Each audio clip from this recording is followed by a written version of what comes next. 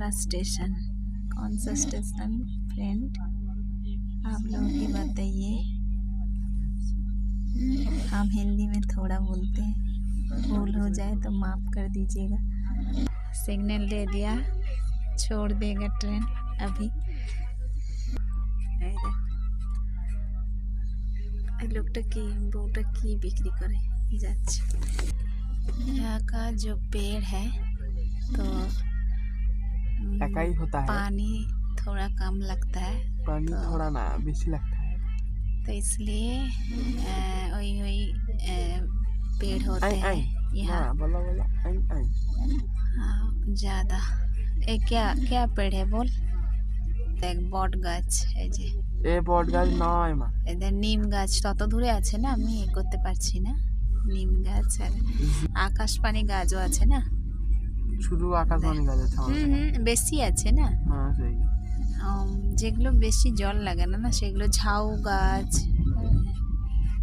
পুরো বেশি হচ্ছে জঙ্গলে জঙ্গলে, পুরো মানে পাহাড়ে পাহাড়ে ভর্তি, তো ঘর বেশি দেখা যায় না। 15 বছর আগে যেটা এসেছিলাম সেটা 15 বছর পরেও সেই একই, হয়তো এগাত্র কোথাও ঘর হয়েছে। বেশিরভাগই মানে এদের শিবের মন্দির, মানে ওই যে আঁকা আছে, এই যে এইসব ঘরগুলো একটু হয়েছে, এগুলো পুরো ফাঁকা ছিল। এই রাস্তাটা হয়েছে। নারকেল গাছ দেখা গেছে, নারকেল গাছেও জল কম লাগে, ওই জন্য এত দেখে দেখে আসছি। খুব রেয়ার নারকেল গাছ দেখা যাচ্ছে। আম গাছও দেখা গেছে, এই যে দেখ বাঁশ গাছ, ব্যাম্বু ট্রি। এখানে বেশি হচ্ছে চিনে বাদাম আর ভুট্টা চাষ হয় অধিক। তো বন্ধুরা, তোমরাই কমেন্ট করে জানাবে যে এখানে কি রকম কি ব্যাপার, কি লাগে, মানে কি হয়। তো ক্যাকটাস জাতীয় গাছও আছে, জল কম লাগে। আমার এদিকে অভিজ্ঞতাটা বেশি নয়, তো যারা এদিকে যায় তো তাদের অভিজ্ঞতাটাও বেশি থাকে, কমেন্টে জানিও। না ট্রেনটা যাচ্ছে যে দেখতেই পাচ্ছি না, তো জোরে যাচ্ছে না, যে কি নাম লেখা আছে।